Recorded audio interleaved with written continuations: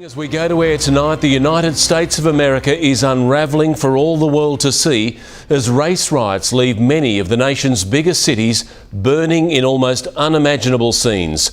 Across the country, police are in the line of fire, facing the rage of protesters following the death of a black man at the hands of officers. The wave of violence has now washed across 29 cities, from New York, Los Angeles, New Orleans, Seattle and Minneapolis, ground zero for that anger and outrage now being vented by so many Americans. We have our US team on the ground. Bureau Chief Ashley Mullaney begins our coverage. Police unleash force in a country gone to hell. A loaded assault rifle snatched by a private guard at gunpoint as officers, dangerously outnumbered, their cars on fire. Looters take over.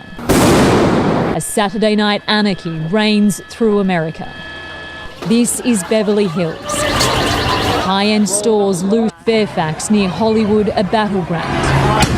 LA has survived a history of race riots. It's in one again. It's one of our darkest days when I saw it last, and it's repeating. This time it's nationwide.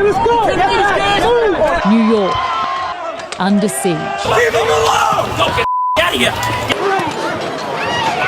In Minneapolis, it felt different. State Patrol has just arrived, preparing to take on these protesters and throwing flash grenades right now. Go! Tonight, police have had enough. It's a revolution. A weekend escalation was the fear. As night fell, America unravelled before our eyes. A block from the White House, buildings burn. The National Guard moving into American streets. Not just the big cities, even Ohio is under attack. In the home of country music, Nashville City Hall is set alight. Violent, fear here. crowd. Curfews are now imposed in multiple states. Hey, get inside! Get inside! Here's an arrest. Here comes another one. A new lockdown from a new spreading threat. In virus-hit New York, pleading, begging for this to end. This civil unrest, these violent demonstrations, these riots are not exclusive to America. This revolution is global. This is occurring in many countries around the world. Denmark, Germany, England, Austria, and Brazil all have this revolutionary spirit. Education, page 228. The centralizing of wealth and power, the vast combinations of the enriching of the few at the expense of the many, the combination of the poorer classes for the defense of their interests and claims, the spirit of unrest, of riot and bloodshed, the worldwide dissemination of the same teachings that led to the French Revolution are all tending to involve the whole world in a struggle similar to that which convulsed France. According to this text, the same unrest and riots and bloodshed that was witnessed during the French Revolution in the late 1700s will occur around the world at the end of time. This will be a worldwide revolution because the extremely wealthy of the world, the 1%, are taking advantage of the underprivileged. The text says the centralizing of wealth and power. During the French Revolution of the late 1700s, this was the nobility and the clergy. They had all the money. They were the 1%. The enriching of the few at the expense of the many. The many was everyone else. They had nothing. They were the peasants, the 99%. The 1% implemented a system that made them wealthy, but disenfranchised the poor. The spirit of unrest, of riots and bloodshed. This is the angry mob, a revolutionary spirit that hates the government and hates religion, and ultimately got control of the country through intimidation, fear, and violence. And the same teachings that led to the French Revolution are all tending to involve the whole world and bring about the closing events of Earth's history. The French Revolution is the single most important event in European history. It got rid of the Catholic Church. It eliminated Christianity. It got rid of the nobility. They executed the king. And a new republic was born in blood. This was the French Revolution. The year was 1789, and France was completely bankrupt because of two wars. The first war was the American Revolution. England was France's mortal enemy. And since France did not want Great Britain to expand its empire, France bankrolled the colonialists, and America won its independence in 1776. The second war was the French and Indian War, also known as the 7-Year War. Because of those wars, France became bankrupt.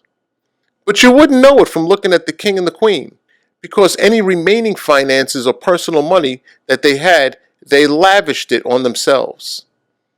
The king and the queen, the nobility and the clergy, they were all living good. They were the landowners, the landlords. They didn't pay any taxes, and they dressed well. This was the 1%. The peasants, they were the 99%. They did all the work. They paid all the taxes, and they had nothing. They didn't even have food to eat. They were starving. The people were starving, and they told the king. Subsequently, a meeting was called to address this problem. It was called the Convocation of the Estates General. 3 estates would attend the meeting. The first estate was the nobility. The second estate was the clergy. And the third estate was everyone else. The meeting would be held at the Palace of Versailles. The Palace of Versailles was the royal residence of King Louis XVI and Queen Marie Antoinette. Versailles was located in the suburbs 12 miles west of Paris, France.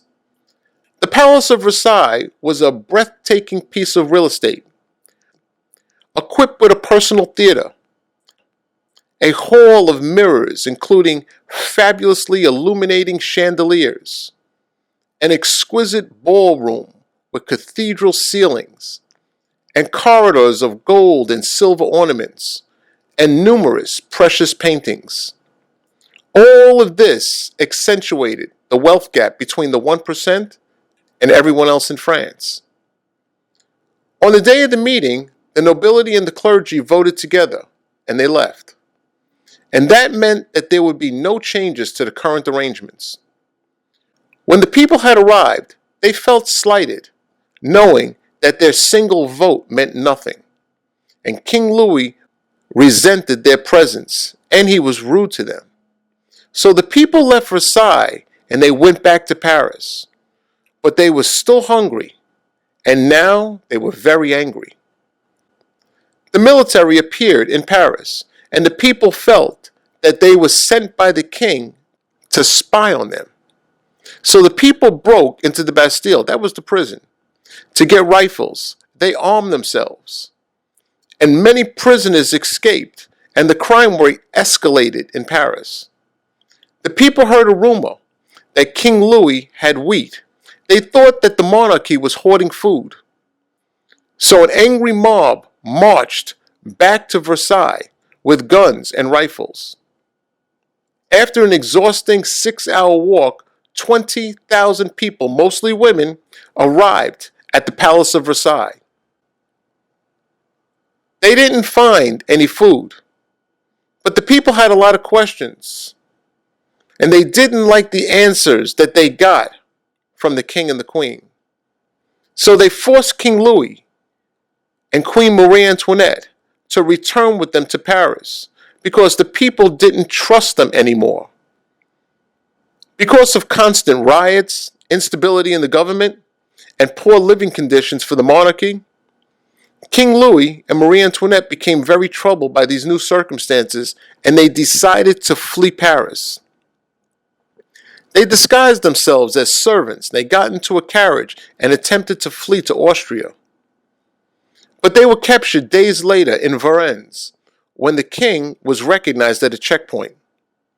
King Louis and Marie Antoinette were returned to Paris. The people of France now believed that the king had betrayed them. This was terrible. And Maximilien Robespierre, the leader of the Jacobins, floated the idea of killing the king. Revelation 11:3. And I will give power unto my 2 witnesses, and they shall prophesy 1,260 days, clothed in sackcloth. The 1,260 days is 1,260 years, a period of time known as the Dark Ages, from 538 to 1798. The 2 witnesses are the Word of God. It's the Bible, the Old and the New Testament. In great difficulty and under terrible persecution did the Bible testify about Jesus as an offering for sin, and prophesied about his second coming. Great Controversy, page 269. It had been Rome's policy under the profession of reverence for the Bible to keep it locked up in an unknown tongue and hidden away from the people. Under her rule, the witnesses prophesied clothed in sackcloth. Clothed in sackcloth means suffering and great sorrow.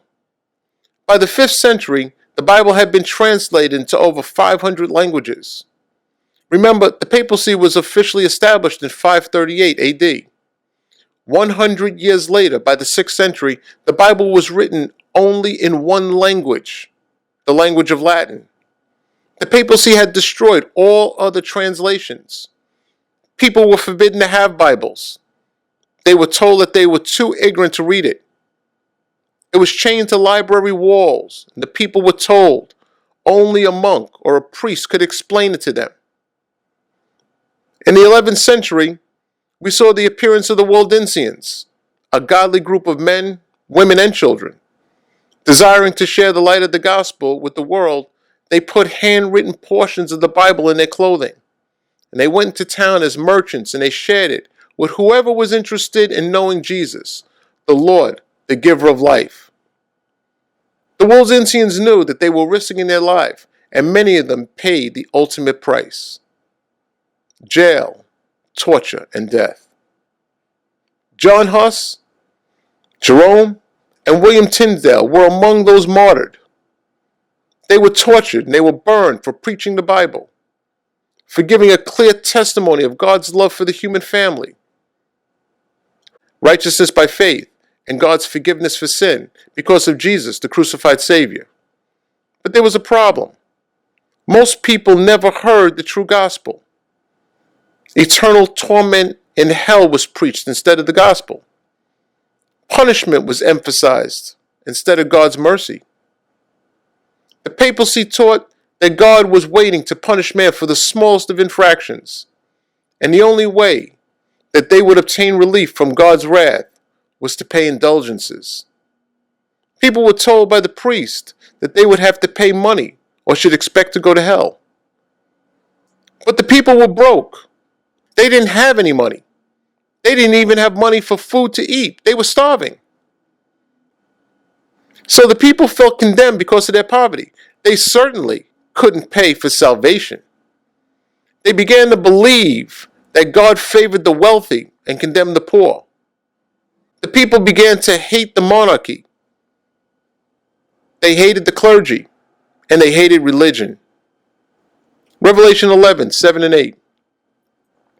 And when they shall have finished their testimony, the beast that ascendeth out of the bottomless pit shall make war against them, and shall overcome them and kill them.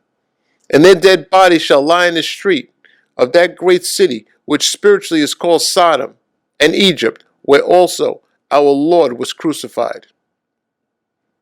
This brings us right to the end of the 1,260 years. The devil was unable to extinguish the light of the gospel.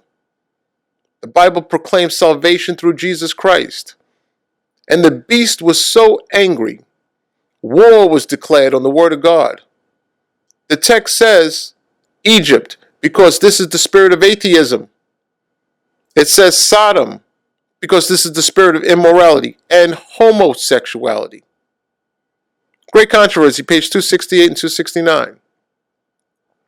When they shall have finished their testimony, The period when the two witnesses were to prophesy clothed in sackcloth ended in 1798. As they were approaching the termination of their work in obscurity, war was to be made upon them by the power represented as the beast that ascended out of the bottomless pit. But here is brought to view a new manifestation of satanic power. The beast from the bottomless pit was to arise to make open and avow war upon the word of God. Thus began the Age of Enlightenment.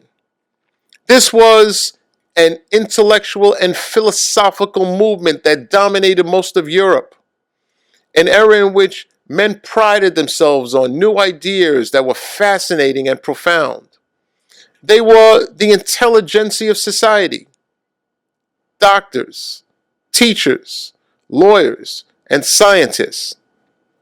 Men such as Voltaire, a French philosopher; Thomas Paine, a British author; John Locke, a British journalist; and Immanuel Kant, a German philosopher.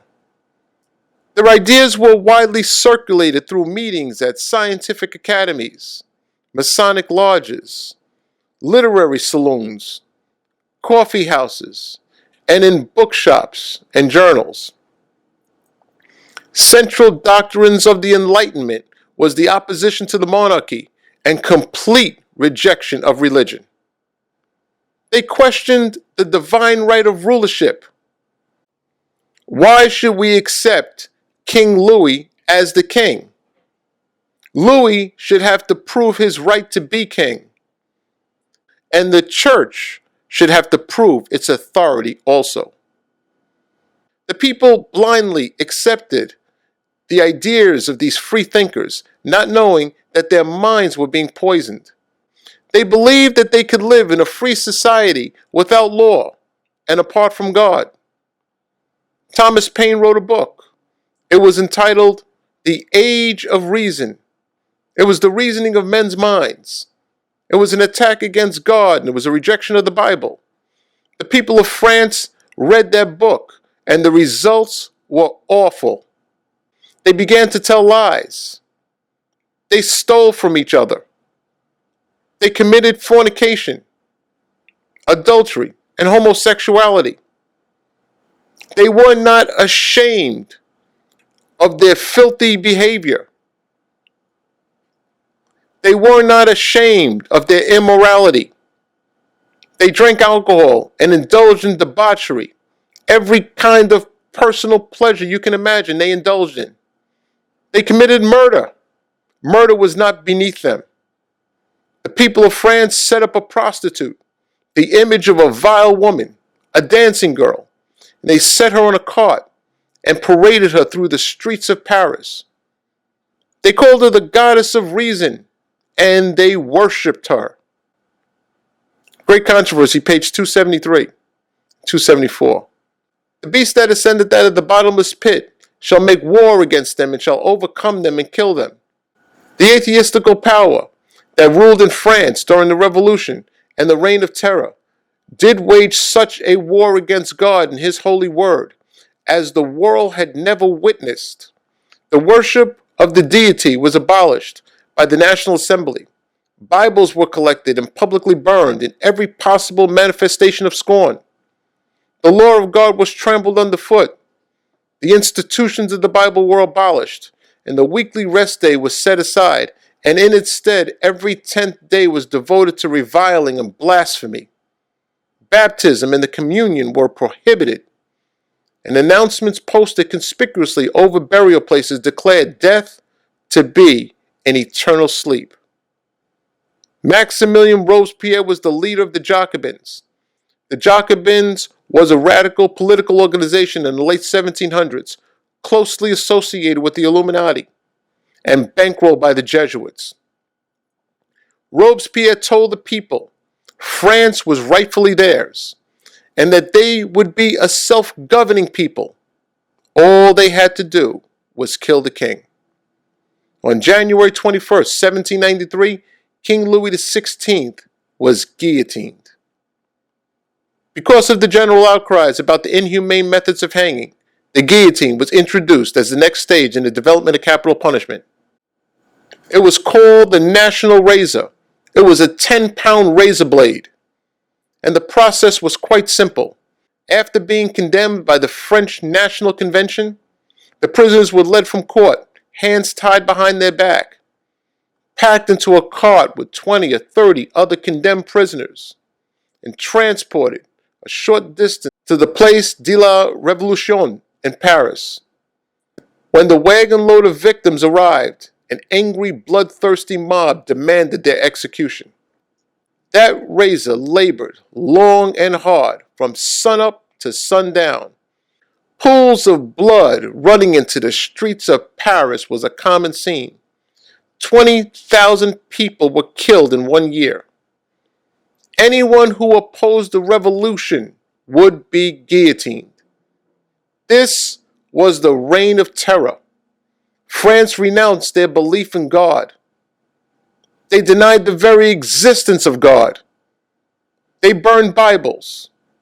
You are not allowed to have a Bible. All the institutions of the Bible were forbidden. Marriages were annulled. Baptisms were outlawed.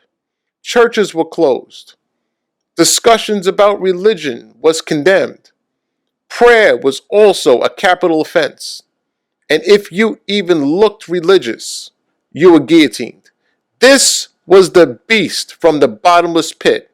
This is the spirit of revolution.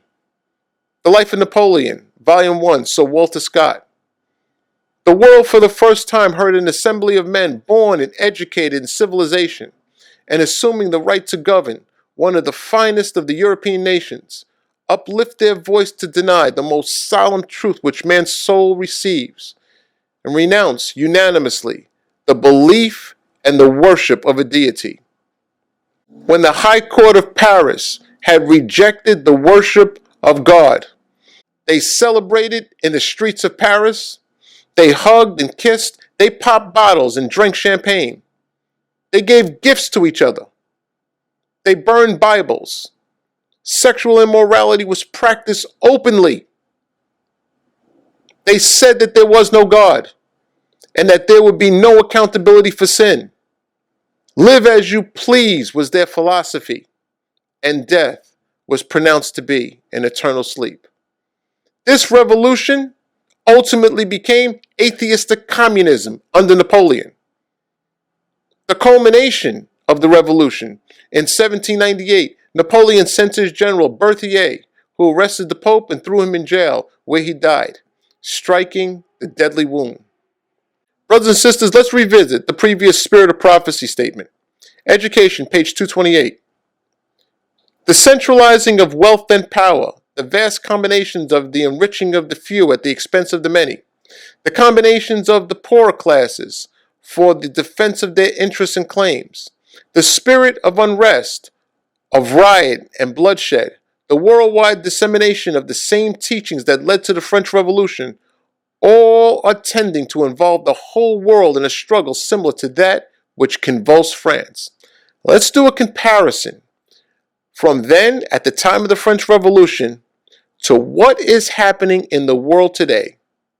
Let's do a comparison from then until now. The text says, the centralizing of wealth and power. In 1913, a central bank was established. It's called the Federal Reserve Bank. It was established on Jekyll Island off the coast of Georgia by a group of wealthy men. It is a private bank that creates currency from nothing. It creates money out of thin air and lends that money to the federal government with interest. This empowers a small group of people who have complete control over the world's wealth.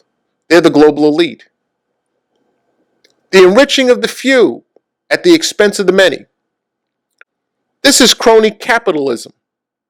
Crony capitalism is a close financial relationship between leaders of corporations and politicians. We saw this unfair financial relationship between corporate America and the government in the 2008 housing market collapse. Countrywide Financial, Fannie Mae and Freddie Mac, Merrill Lynch, AIG, and Lehman Brothers. These are just some of the recognizable names from the long list of financial institutions that collapsed in the 2008 recession, while over 3 million Americans were foreclosed on and became homeless. The financial institutions that caused the problem got billions of dollars in taxpayer bailout money from the government. We saw Lloyd Blankfein, CEO of Goldman Sachs, Jamie Dimon, CEO of JP Morgan Chase, Maurice Greenberg, CEO of AIG, and James Kane, CEO of Bear Stearns, sit in front of Congress, do a lot of finger pointing, and told a bunch of lies to the American people. They all received taxpayer bailout money in the billions and billions of dollars, and nobody went to jail. Why? Because we were told that they were too big to fail. We were told that those banks, those financial institutions, were too big to fail. And the 3 million households that became homeless as a result of this, their only recourse was to join Occupy Wall Street and vent their bitter frustrations. This is crony capitalism, the enriching of the few at the expense of the many. We saw a repeat of this absurd behavior on the part of the government and corporate America in the 2020 coronavirus pandemic economic shutdown.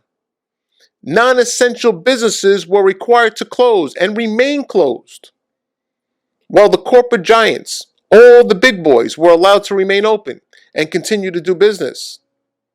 Actually, during the shutdown, Amazon, Walmart, Costco's, Home Depot, all corporate big boys added $637 billion to their already existing wealth. While the non-essential businesses, all the mom and pop stores, they were vaporized. And many of these businesses will never come back. They're closed for good. As of right now, these are the facts of this engineered economic meltdown. 50 million people are unemployed in America. 50 million people are unemployed in America. This is worse than the Great Depression of 1929. 29 million households are facing eviction. When the rent moratoriums end January 1st, 2021, 50 to 70 million people could be homeless, considering the idea that in each household is on average 2 or 3 people. So we're looking at 50 to 70 million people, quite conceivably, that could be homeless. The $600 stimulus checks ended, and the $1,200 stimulus checks are no longer being discussed. This is what happens in crony capitalism. The underprivileged get decimated and are forgotten about. There is a huge list of major companies that have filed for Chapter 11 bankruptcy. Companies such as JCPenney, Hertz Rental Car, Neiman Marcus, and Latimer Airlines. They can't pay their rent or their employees. And the government has printed over $7 trillion of currency since March to keep the stock market from crashing. The NASDAQ, the S&P 500, and Dow Jones are all being kept alive by a gigantic printing machine which is owned by the Federal Reserve Bank. They're just printing money out of thin air. This will result in a complete devaluation of the dollar. We should fully expect hyperinflation in the very near future.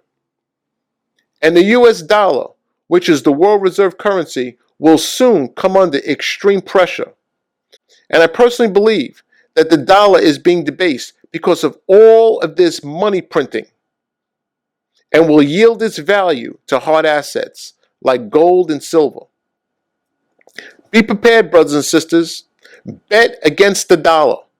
This is your hedge against inflation. America is bankrupt. America is the biggest debtor nation in the world.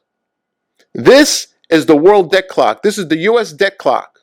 And as of October 2020, America is $27 trillion in debt. Did you hear that number, brothers and sisters? $27 trillion in debt. America is bankrupt. This is unsustainable. A financial collapse is inevitable in the very near future. And the US dollar, which is the world reserve currency, will soon come under extreme pressure. Question: when the government can't print any more money, what happens? The stock market will crash. There will be a run on the banks. Banks will close, and the housing market will collapse, and there will be a famine. Think Zimbabwe. Think Venezuela, a once wealthy country that became economically fatigued and bankrupt because of socialism and money printing. This leads me to my next point, which is the inevitable result. The spirit of unrest, of riot and bloodshed. We have all seen Antifa and Black Lives Matter, provoking riots and setting fires and looting businesses. The killing of innocent people and injuring civilians, journalists and police. We've seen the construction of autonomous zones, the burning of Bibles, and demands to defund the police, and also the releasing of violent inmates from prison.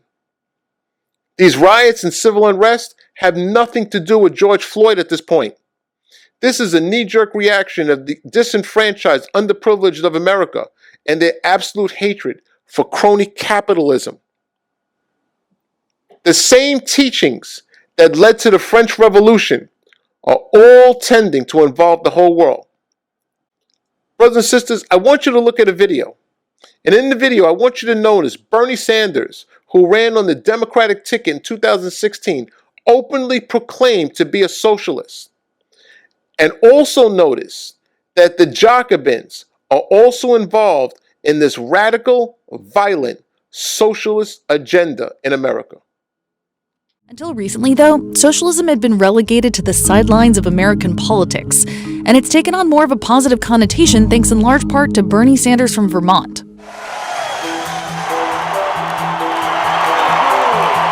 When I talk about democratic socialism, I am talking about Medicare. When I talk about democratic socialism, I'm not looking at Venezuela. I'm not looking at Cuba. I'm looking at countries like Denmark and Sweden. The 2016 presidential contender was a self-proclaimed democratic socialist who tapped into a huge and angry voting bloc of the country's disillusioned youth. Bernie! Bernie! Bernie! Financing college for all students in America really resonates with me. Workers' rights, Climate change. he's planting the seed. Closing the wage gap. He cares about black students on this campus. This is a movement that's going to exist for many, many years to come. Sanders made socialism cool. He also paved the way for the rise of other charismatic politicians like him. House Representative Alexandria Ocasio-Cortez had volunteered on the Sanders campaign before deciding to run for Congress herself. She was an overnight sensation after her unprecedented victory in 2018. Despite the fact that we were running against a 10-term incumbent, despite the fact that we didn't have the money, despite the fact that I'm working class, despite all those things, we won. AOC fervor has swept the country. We are in a moment where socialism is no longer a dirty word because people are affiliating it with those candidates who are already incredibly popular. But this swell of popularity has also triggered new fervor against socialism. Democrat lawmakers are now embracing socialism. They want to replace individual rights with total government domination. So is this political zeitgeist that's upsetting the status quo a fad or the future of politics in America? Tell me what democracy looks like! This is what democracy looks like! To understand democratic socialism in America, it's best to start with the basics.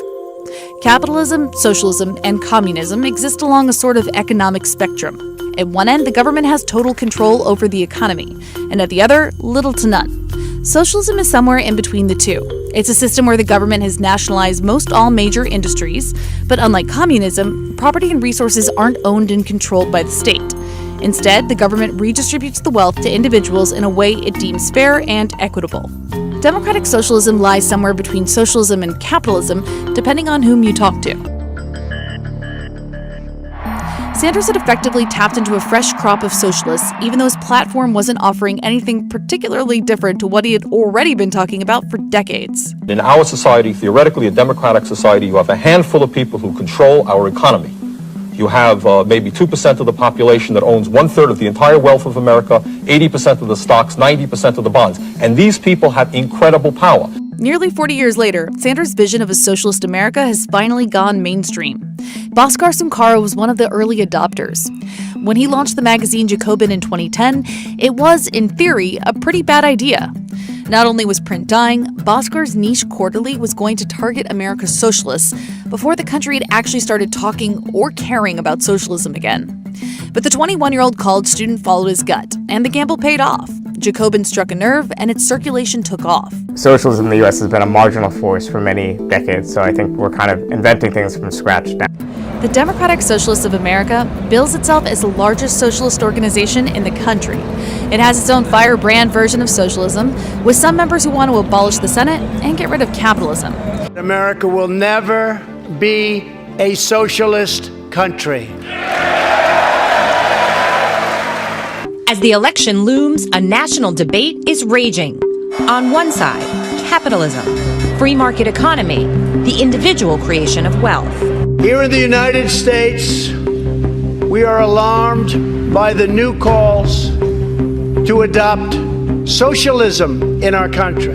On the other side, socialism, government control of enterprise, wealth shared by all. Democratic socialism, to me, is creating a government and an economy and a society which works for all rather than just the top 1%. Well, I just say that socialism will never happen in the United States, can't happen in the United States. And Venezuela, unfortunately, I have to use your country as the example of what socialism can do, how it can tear the fabric of a country apart. Joe Biden has pledged to reinstate the pro-communist policies of the Obama-Biden administration. They were pro-communist policies. The deal he made with Cuba was ridiculous. The patriots here today fled socialism to find freedom, and socialism and other things, as you know, and a step beyond socialism in many cases. And now Joe Biden and the radical left are trying to impose the same system, socialism plus, in America. Biden is a puppet of Bernie Sanders, AOC, the militant left, the people that want to rip down statues and monuments to George Washington, Thomas Jefferson, Benjamin Franklin, Jesus, okay, Jesus. They want to rip down statues to Jesus. So we're dealing with a group of people that they will not win. They will not win at all. But this election coming up is a very important one. Lives Matter for Greater New York. Good to have you with us tonight, sir. Thank you for being here. Thank you for having me. You know, talking on a bunch of different interviews today, and you said, burn it down. You said, burn it down. It's time. So that makes me think that you want to burn it down. I said, if this country doesn't give us what we want, then we will burn down this system and replace it. These Democrats are declaring socialism, but actually their agenda is communism. This is the beast from the bottomless pit. It's a revolutionary spirit, a spirit of rebellion that is trying to usurp political power by force. Bhaskar Sunkara, the editor of Jacobin magazine, is also the author of the Socialist Manifesto. So on the surface, this is a socialist ideology. And we all saw in the video clip that the Jacobins are alive and well. They were instrumental in the French Revolution. This is a secret society that is brutally violent by nature. And they are an integral part of these riots in this global revolution. The Jacobins are agitating this global revolution right now. Remember, brothers and sisters, the Jacobins are a radical political organization bankrolled by the Jesuits. So let's take a look at some of these Jacobin magazines to discern what their true purpose is. This is a Jacobin magazine, and it says on the front cover, a plan to make over a country. Or this could be construed as a plan to take over a country. Of course, the most important part of the plan is to implement brutality and intimidation.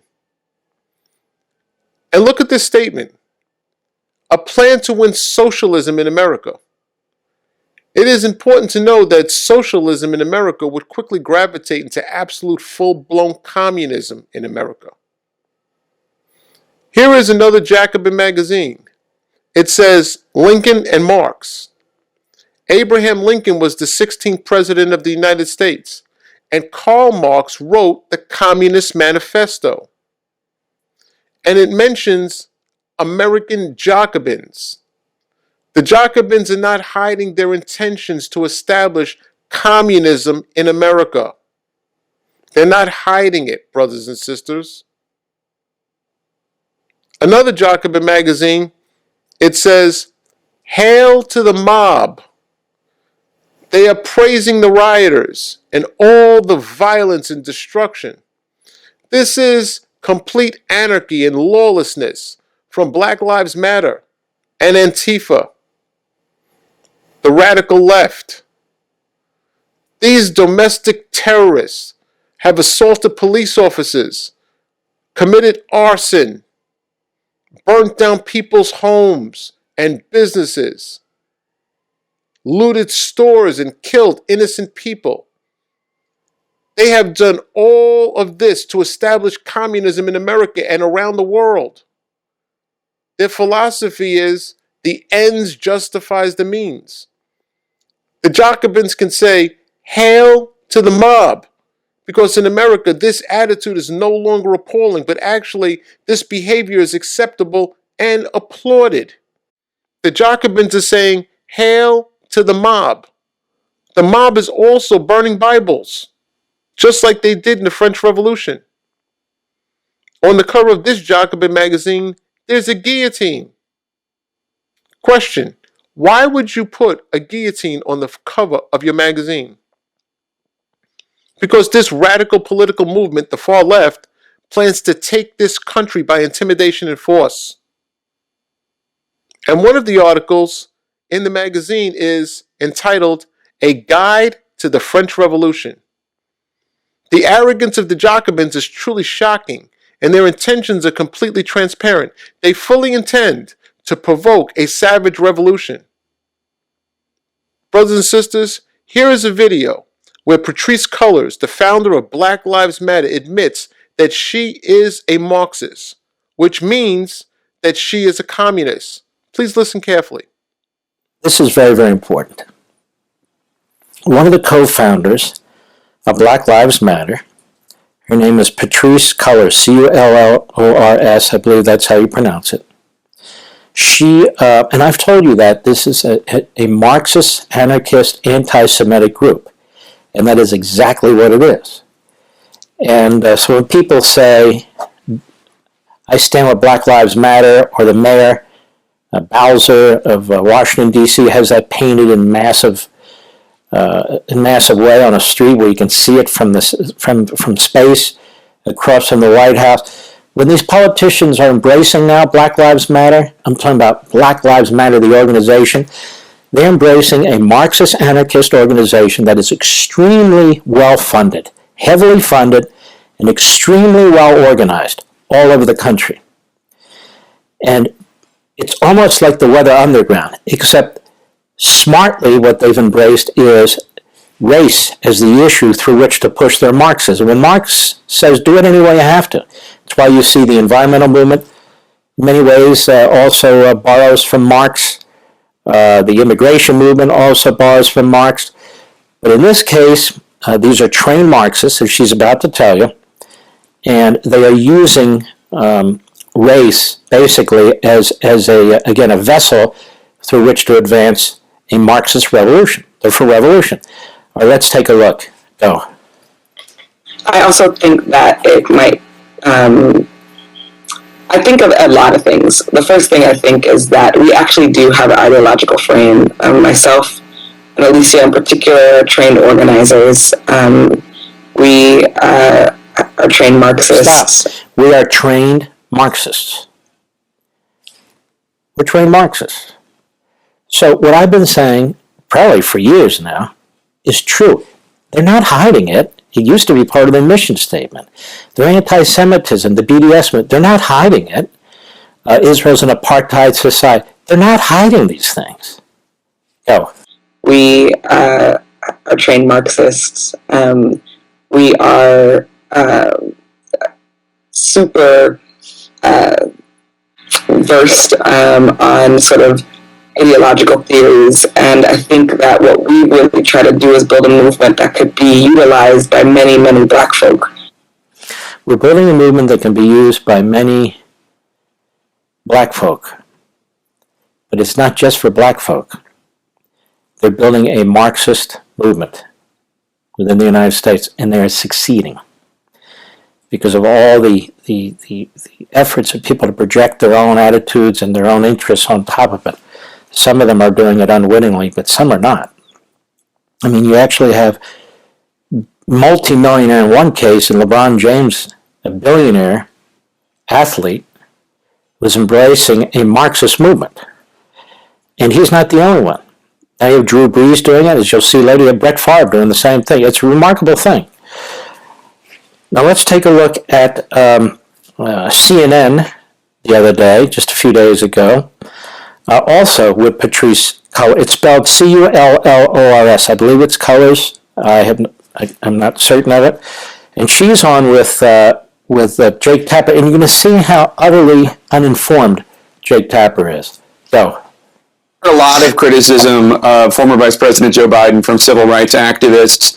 The election obviously will be a choice. How do you think Biden matches up compared to President Trump when it comes to these issues that are out of office? He is not fit for office. And so what we are going to push for is a move to get Trump out, while we're also going to continue to push and pressure Vice President Joe Biden around his policies and relationship to policing and criminalization. That's going to be important, but our goal is to get Trump out. We just heard Patrisse Cullors, the founder and leader of Black Lives Matter, just admit that she's a trained Marxist, meaning that she is a communist. And the purpose of this communistic movement is to get rid of Donald Trump and the conservative right. That's their true purpose. That's their focus. Brothers and sisters, did you notice that Black Lives Matter and Antifa had a makeshift guillotine? The mob is strolling through residential neighborhoods with a mock guillotine to intimidate people. Here, they're in front of Jeff Boaz's house with a guillotine. Jeff Boaz is the owner of Amazon and has a net worth of $200 billion. The 99% hates the 1%. And I understand that the guillotine was not real. But brothers and sisters, it is only a matter of time before this belligerent movement has real guillotines and begins to use them. It's only a matter of time. And for those people who think that this violent communist movement is just going to go away and disappear or evaporate, that's not true. That's not true because of two reasons. Number one, there are major companies that are supporting Black Lives Matter and this revolution with millions and millions of dollars. Corporations such as Walmart, Target, Home Depot, Old Navy, McDonald's, Coca-Cola, Airbnb, Cisco, Microsoft, Uber, Robinhood, Shopify, the NFL, the National Football League, American Airlines, Starbucks, Nike, Wendy's, and United Health Group. These are just some of the corporations that are supporting Black Lives Matter. This violent revolution is not going away. And the second reason why this communist movement will continue to gain strength is because Pope Francis is indirectly endorsing it in his newly published encyclical letter, Fratelli Tutti. The National Catholic Reporter released this article entitled Fratelli Tutti Challenges Unfair Wealth Distribution. So here, the Pope is saying that the 1% is being unfair to the 99%. And the insinuation is that this should change. The article goes on to say, laying out a comprehensive vision for how the world should change after the coronavirus pandemic. Pope Francis imagines societies that are more caring, more focused on helping those in need, and fundamentally less attached to the principles of market capitalism. This statement is a dig at America because America is a capitalist nation. And what the Pope is implying here is that capitalism is unfair. As the article continues, the Pope is going to endorse an economic system of government that is fair in his opinion. Look at the fourth paragraph. The letter titled Fratelli Tutti, in a nod to the familiar bonds that connect all the world's people, at times articulates viewpoints that might well align with a democratic socialist manifesto. So the Pope's encyclical letter, Fratelli Tutti, is in agreement with socialism. The Socialist Manifesto is the Pope's answer to fix the economic problems in America and perhaps the world. Well, this makes complete sense because Pope Francis is a Jesuit, and the Jesuits have bankrolled the Jacobins, who have agitated this current global revolution on the far left. It's important to know that the Jesuits always work both sides of the conflict. This is the Hegelian dialectic. The Hegelian dialectic is when two or more opposing sides have a conflict, and from that conflict, the desired solution is obtained. The reason why I have told you that, brothers and sisters, is because there is another dynamic to this revolutionary spirit from the bottomless pit that is equally violent and associated with the conservative right. During the 2020 presidential debate, Donald Trump was asked to condemn violent white supremacist organizations that support him. You have repeatedly criticized the vice president for not specifically calling out Antifa and other left-wing extremist groups. But are you willing tonight to condemn white supremacists and militia groups and to say that they need to stand down and not add to the violence in a number of these cities, as we saw in Kenosha and as we've seen in Portland? Sure, are you I'm prepared willing to do specifically do it? Well, go ahead, sir. I would say almost everything I see is from the left wing, not from the right wing. So what are you saying? I'm willing to do anything. I want to see peace. Then do it, sir. Say it. Do it. Say it. Do you want to call them? What do you want to call them? Give me a name. Give me a white name. Supremacists and who would right you like me to condemn? White supremacists and right Proud Boys. Stand back and stand by. But I'll tell you what. Somebody's got to do something about Antifa and the left, because this is not a right-wing problem. This is a left-wing. FBI director This is a left-wing problem. White supremacists. The violent white supremacists that the moderator was referring to were armed militia groups, Bikers for Trump, the Ku Klux Klan, and the brutally violent Proud Boys. Founded in 2016 by Galvin McInnes, the Proud Boys are a far-right, neo-fascist, male-only organization that promotes and engages in political conflicts in the United States and Canada.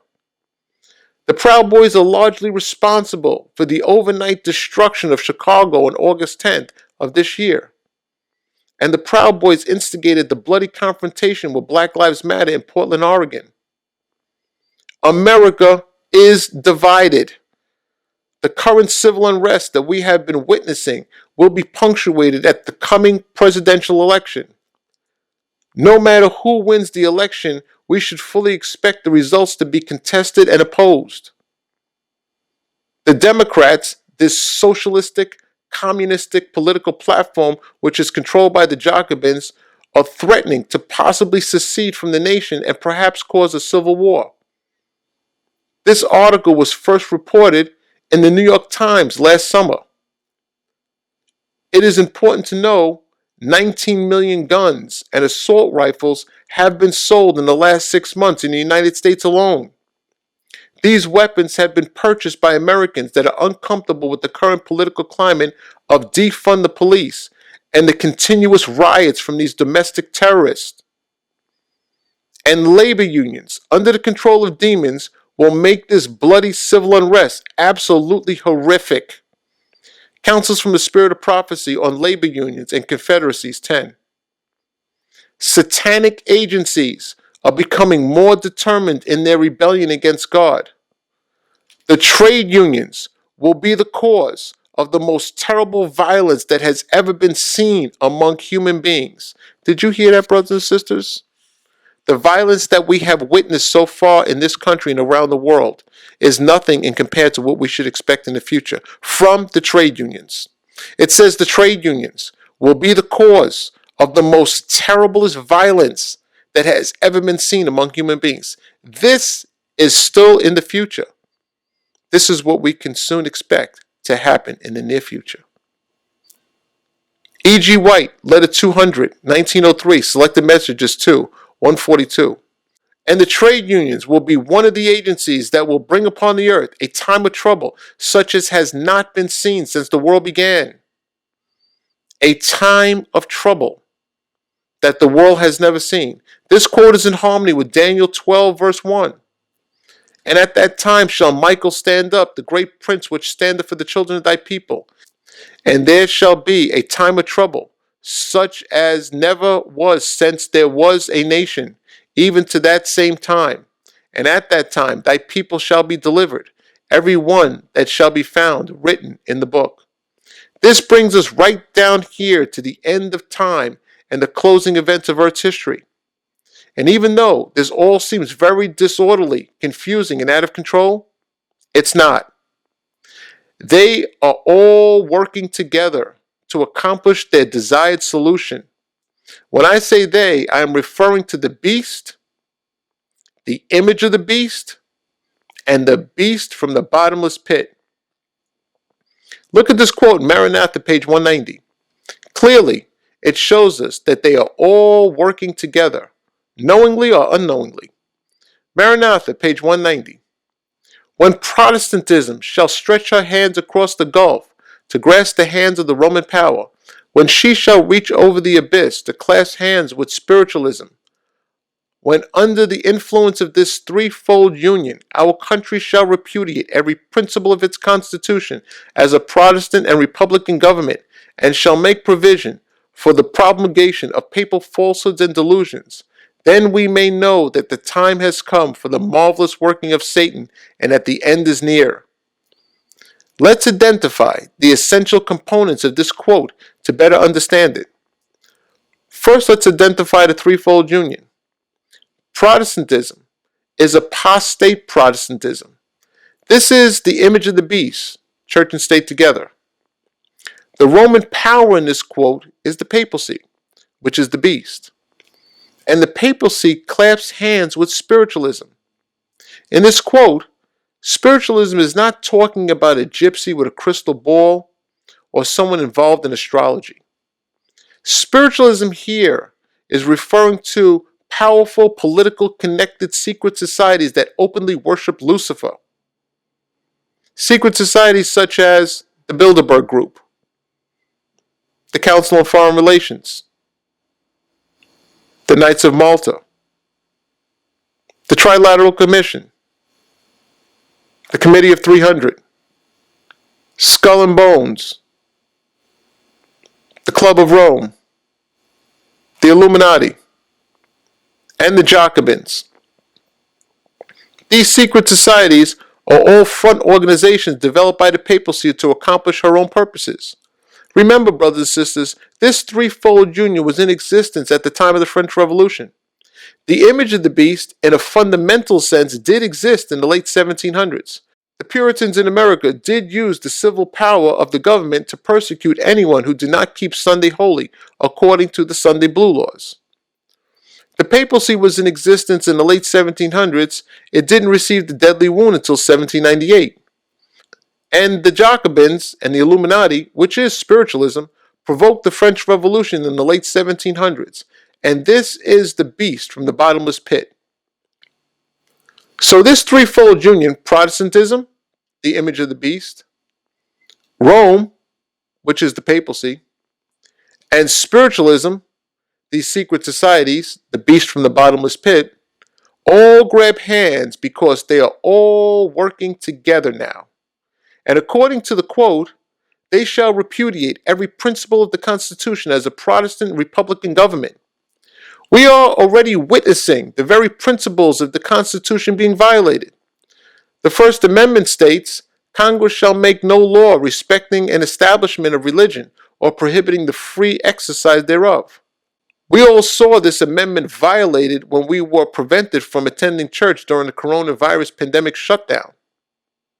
And the amendment goes on to say, or abridging the freedom of speech, or of the press, or the right of the people peaceably to assemble. We know we don't have freedom of speech anymore. If you say something against the LGBTQ or Black Lives Matter, you could lose your job or have some other kind of legal problems. And online articles and videos are being censored. This makes provision for the propagation of papal falsehoods and delusions. A good example of this is the Pope's lie that the coronavirus is the result of climate change. And the way to resolve climate change is to keep Sunday holy. The quote goes on to say, and then we may know that the time has come for the marvelous working of Satan and that the end is near. It doesn't matter who wins the 2020 election. The results will drive an even deeper wedge into the already politically divided nation. Subsequently, we should expect riots and civil unrest to reappear. This is what we should expect moving forward. According to the Bible, the final test that is brought to bear upon man is a financial test in which there will be no buying and selling unless you receive the mark of the beast. Revelation 13, verses 16 and 17. We are already seeing a financial system that is completely distressed as a result of this global economic shutdown. The stock market is totally disconnected from the real economy. The stock market is being manipulated by quantitative easing, financial injections, and a continuous, seemingly never-ending supply of government stimulus money. This government money has kept the stock market afloat, padded the pockets of these already affluent big corporations, and allowed zombie companies to remain on life support. But this is all unsustainable. This artificial financial system of fiat paper currency and printing money out of thin air to preserve the economy will all come to an end. And the end will be awful. This engineered financial crisis is already upon us. When this stock market crashes, this will be unlike anything that we have ever witnessed in the history of the world, and will hit the real economy like a sledgehammer. The banks will close, leaving most people financially helpless and completely devastated. Then the housing market will collapse. Everyone will be affected by this financial devastation, and those who are not prepared will pay a severe price. Protect yourself, brothers and sisters. Here's a caveat. Purchase some hard assets like precious metals that will have value and sustain you during this financial crisis. Because there is a financial reckoning that is coming. I am telling you, it is coming. And most people are going to get wiped out. In Venezuela, when the economy collapsed because of socialism and hyperinflation, 1 ounce of silver bought you 3 months of food, and 1 ounce of gold could buy a house. Did you hear that, brothers and sisters? In Venezuela, when that country's economy collapsed, 1 ounce of silver bought you 3 months of food, and 1 ounce of gold bought you a house. Take a good look at this, brothers and sisters, because this is what is coming to America. And for those who think that obtaining precious metals is unimportant, what you need to know is that the banks are buying gold themselves. A number of central banks have loaded up on gold in the last year, according to data from the World Gold Council. They are backing up the truck and loading up on gold and silver. So the banks are buying gold and silver for themselves, while most of us are depending on this soon-to-be worthless paper fiat currency. Also, we should expect unemployment to continue to soar. As of right now, 50 million people are unemployed in America alone. and almost 1 million people file for unemployment every week. And when the eviction moratorium ends at the end of December, with millions of people unable to pay their rent or mortgage, the homeless crisis will absolutely explode. Los Angeles and other parts of California are experiencing this now. This is not a third world country. This is the Socialist Republic of California. This is what socialism does to a nation. We should fully expect famines in the country and around the world. In this article, it says that 54 million Americans are hungry and without enough food. This is terrible. And it's going to get worse. MS 114, 1899. In India, China, Russia, and cities of America, thousands of men and women are dying of starvation. The moneyed men, because they have the power to control the market, they purchase at low rates all they can obtain and then sell it at greatly increased prices. This means starvation to the poorer classes and will result in a civil war. Did you hear that, brothers and sisters? We should fully expect a famine in America in the very near future that will ultimately gravitate into a civil war. Brothers and sisters, do you have enough food in your house? Do you have enough food for 6 months? Do you have enough food for a year? If you don't, I would advise you to go stock up on food now while you are still able. The time of trouble is coming. Please be prepared. We should also expect riots and violent protests to get worse and worse. And remember, labor unions will introduce the most brutalist forms of violence. This will be the time of trouble like the world has never seen before. It is entirely possible that the military will be patrolling the streets and martial law will be declared. We should also expect great natural disasters to escalate with more frequency and greater intensity. I know that this sounds like a horror story, a lot of gloom and doom, but this is reality. This is where we are in the light of Bible prophecy. Brothers and sisters, when this situation becomes absolutely unbearable, where people have no money because of the economic collapse, homelessness all over the country and around the world, food shortages and famines, riots and civil unrest, everything I have described here has the earmarks of and will be the result of socialism/communism, which is the far left, the beast from the bottomless pit. People will desire relief from this. They are going to look for a solution and will turn to the conservative right. This is church and state together. The conservative right will appear as if God is blessing them.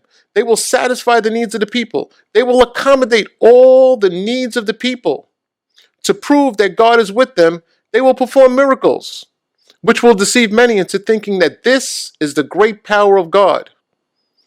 There will also be the appearance of dead friends and relatives declaring to occupy an exalted position in heaven. This will be a new era of the church, a new church age, a Christian utopia, the millennium in which the world will be converted to Christianity. And when these desperate people who are completely dependent upon the government, the image of the beast, this church-state setup, will pull the Sunday law out of their back pocket and legislate Sunday as a holy day, and will cause all the world to worship the first beast, the papacy. And most of the world will accept it unknowingly and receive the mark of the beast. I have already told you, brothers and sisters, about the Hegelian dialectic.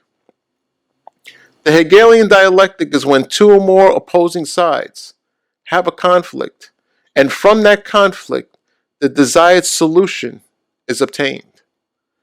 The desired solution is the Sunday law. The desired solution is the Sunday law. Brothers and sisters, our only hope to faithfully survive this crisis is to stay close to God. Read and study your Bible. Spend time in prayer with God.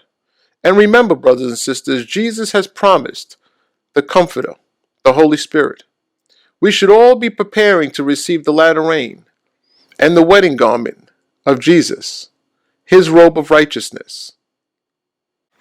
This is going to conclude part 2 of this series, The Beast from the Bottomless Pit.